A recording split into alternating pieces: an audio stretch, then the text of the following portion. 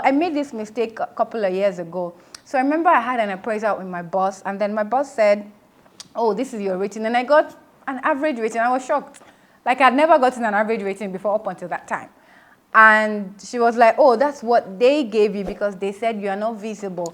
I got upset and I'm like, what do you mean? And I was telling her and I was angry at her, like, but you know me, you know the work I do, you know the extra mile I go to and all the things that I do and all. So how would you give me that rating and all that? And then she was like, well, yeah, that's what they said, because the system that used to work in my office then, or that still works in my office, is a couple of people come together. It's not just one person that determines your rating. It's a group of people, right? People who work with you closely, you know. And I was shocked, right? Of course, I didn't accept it and all. Eventually, it was changed, right? But that taught me a key lesson. I cannot just be seen to my boss. I need to be seen to the people that matter in the organization. Yes, I'm doing good work. Yes, I'm doing relevant work. Does anybody recognize that work that I do? Hi everyone, my name is Oreoluwa Adekoya and I'd like to welcome you to Tiki Talk. Tiki Talks is that space where we talk about career, businesses, how to navigate the workplace and getting ahead with all the challenges that we see in today's world. Today we'll be talking about office politics.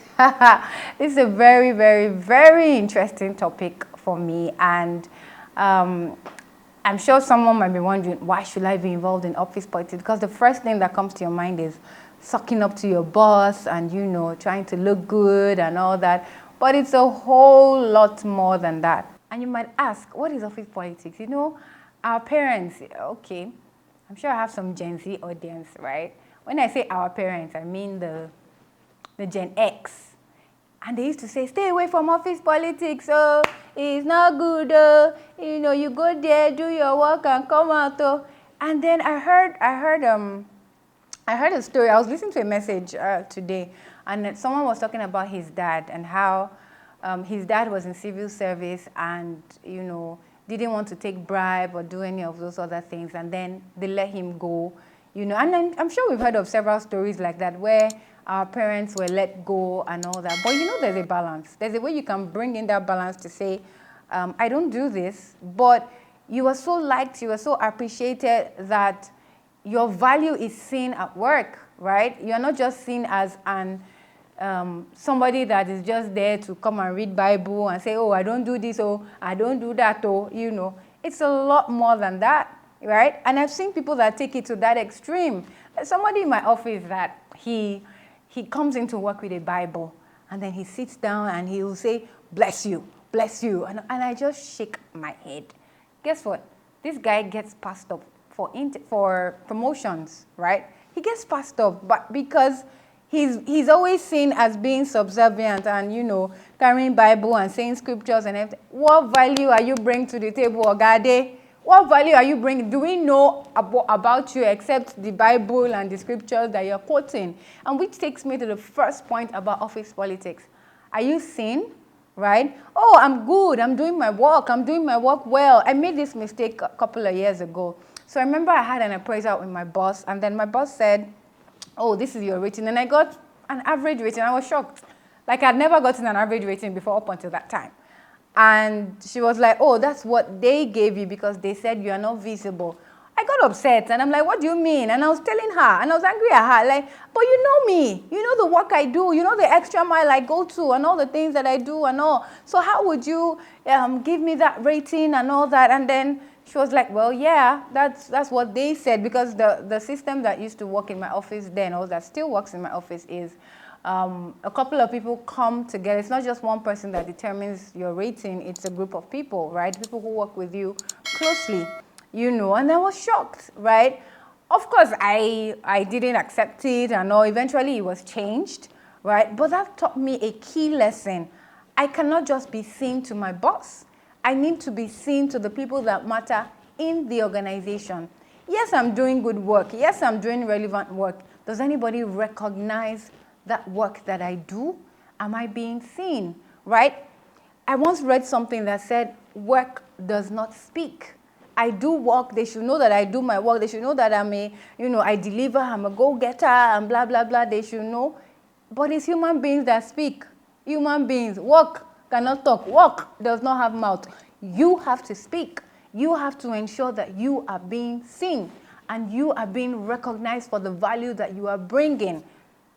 My boss said this to me recently, and he said, we need to ensure that the value that you bring, which is known to me and you, is also known to the people outside our circle, right?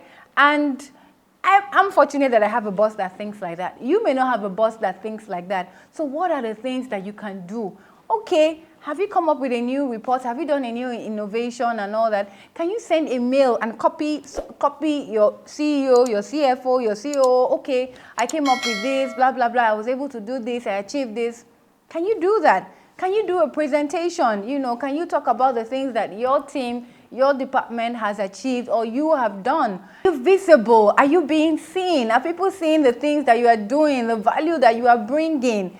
Are you doing that? There are some jobs naturally that bring it to the forefront. I was fortunate to be on those kind of roles where my work puts me constantly in the face of the MD, the CFO, the marketing manager, everybody. I was constantly doing presentations, analysis, and all that. So everybody knew who Ore was. Coming to my office and ask who Ore. We know Ore. My name was all over.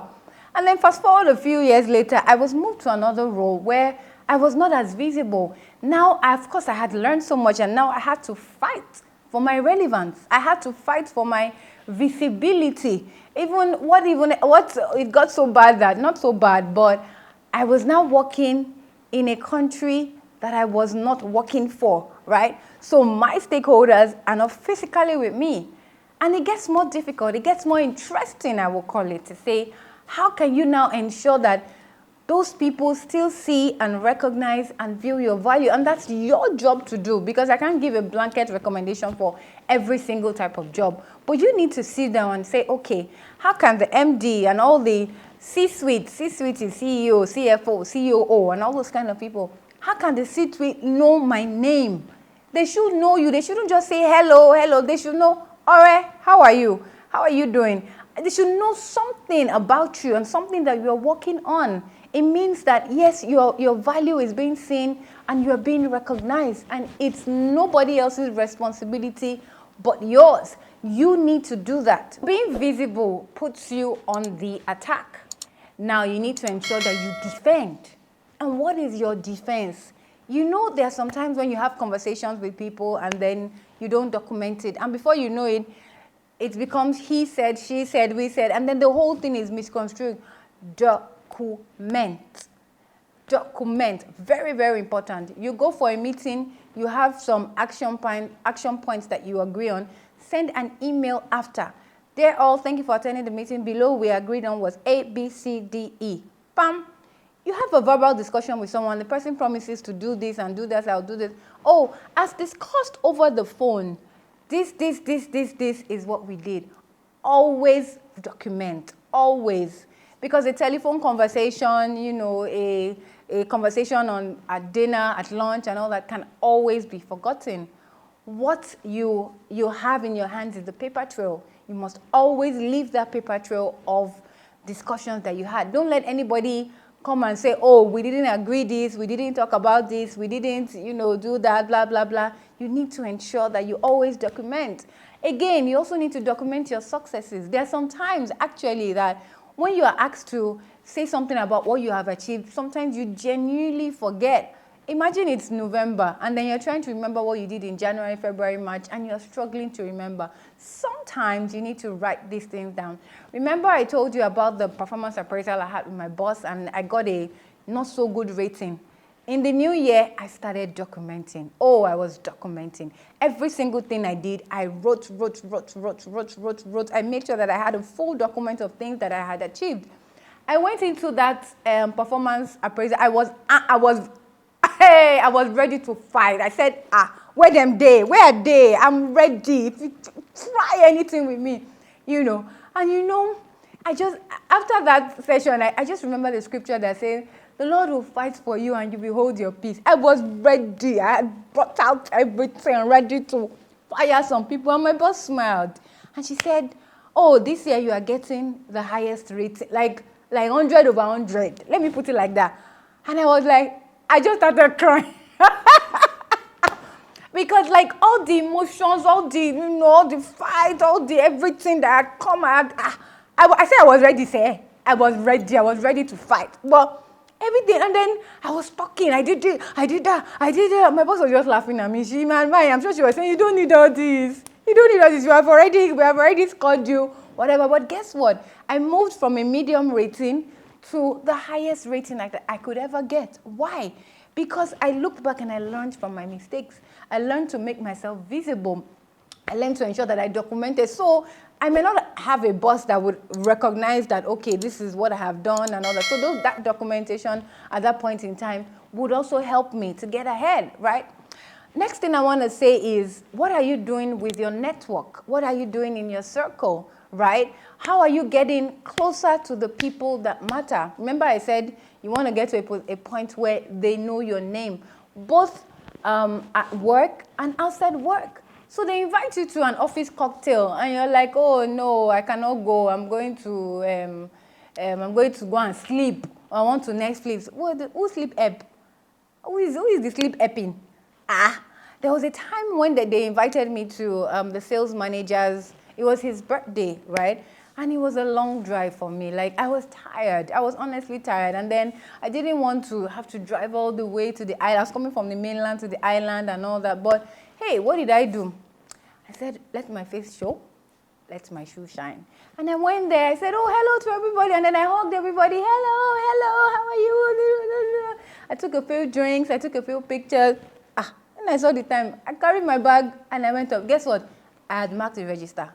I had shown that, oh, I was a social. Of course, it doesn't come from one event alone, right? But you need to show that, okay, you are present, you are there, you are ready to socialize. You can hold a conversation outside work. You can talk about politics, you can talk about finance, you can talk about the economy, you can talk about recent happening, right? There is something that you can actually bring to the table and discuss. You're not just all about work. So yeah, but you need to ensure that you are present for these, in all these circles, you are known, you are able to hold that conversation, right? Sometimes you may actually need to get a mentor. You may need to. In fact, I would advise everyone to get a mentor. And a mentor might be in your organization, outside your organization, whatever. But somebody that has gone ahead of you, that is more experienced than you, and can bring you into the ropes and help you to navigate, common things that happen in the office. Yeah?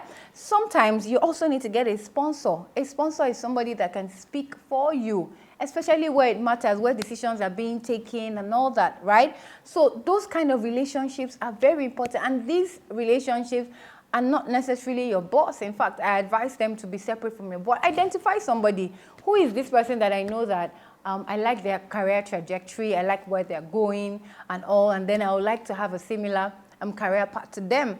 A mistake that a lot of people make is they expect their mentor to be their pastor. A mentor is not a pastor. A pastor, prays for you, pours into you, calls you, checks up on you, and all that. But a mentor is the other way around. You are the one that has to do the work. So you have a mentor, you have a session with them, and you're expecting them to just tell you, what are they going to tell you? Because they don't know you. They need to know, and you are the one that needs to pull out from them. Pull out what is tailor-made for you from the mentor. Because the mentor probably has several things to give, but you need to pull out your own tailor-made advice, your own tailor-made recommendations, your own tailor-made path from them. So what do? Simple things. When you go through challenges at work and you're stuck, write them down. And then when you go and see your mentor, ask them, I faced this. I did this. Was this the right decision? And this is why I did this, right? What do you think? Is there anything I could have done better? Right? So you ask them questions, come up with those situations at work, and then discuss it with them. Ask them, have you ever gone through a similar challenge like this before? How did you handle it? How did you navigate it? That's a way you can pull out. Ask them, what books are they reading? What books did they read in the past that brought them to where they are today? Right? Ask them, if you see something that you admire about them, maybe they're very good in speaking and presentation and all them. Ask them, how did you get so good? Were you always like this? Were you born with it? Did you learn it? Did you develop it and all them? Those are the kind of questions that you ask and keep the conversation going so that you're constantly pulling, you're constantly learning, you're constantly developing yourself, so that you can also get to that point where they have gotten to. But mentors are really, really, really important, and ensure that you oil that relationship. Don't just let it be you pulling. They are human beings as well, Get to know them, get to form a relationship with them, Visit them, ask about their kids, ask about their work, ask about their family, their social life and everything. Get involved with them also, and then, don't let it, and also buy them gifts, thank them. They don't have to do what they're doing to you. They don't owe you anything, right? In fact, I know a lot of paid mentorships that because of the level of unseriousness of some people, and then, they realize, okay, because my time is precious to me, if you really want something from me, you have to pay, right? So if you're getting a mentorship that is not being paid for, then make sure you harness that relationship and use it to the fullest, right? Okay, so I hope you have learned a thing or two today about office politics. And, basically office politics is about power, but more importantly about influence, about harnessing your influence and making your influence show, right? Making your relevance show in the office. How are you to ensure that you're not just doing good work and you're expecting your work to speak for you, but how are you speaking about your work? How are you aligning with the powerhouses, the C-suites? What are you doing to get yourself a seat at the table? What are the things that you're showing, that you're doing, that you're aligning with, that is being relevant? One more thing I wanted to talk about is align with the agenda of your organization. What is the key thing that is on their mind, right? Now, at this point in time, there are so many things that organizations are focusing on. Sustainability is big. AI is big. Digital transformation is big. Cost cutting, especially in this our Nigeria, if you're in Nigeria. Cost cutting. Of course, every organization wants to see how they can expand their revenues, reduce costs, and also expand profits. Are you bringing on initiatives that can align with these things? If the organization agenda is sustainability, we want to foster a healthy economy, we want to see how we can reduce plastic, reduce carbon emissions and all that. What can you do and align? That's a simple and quick way to get you into places of influence. As long as you're doing something that is aligned with the agenda of the organization, then you are saying that, what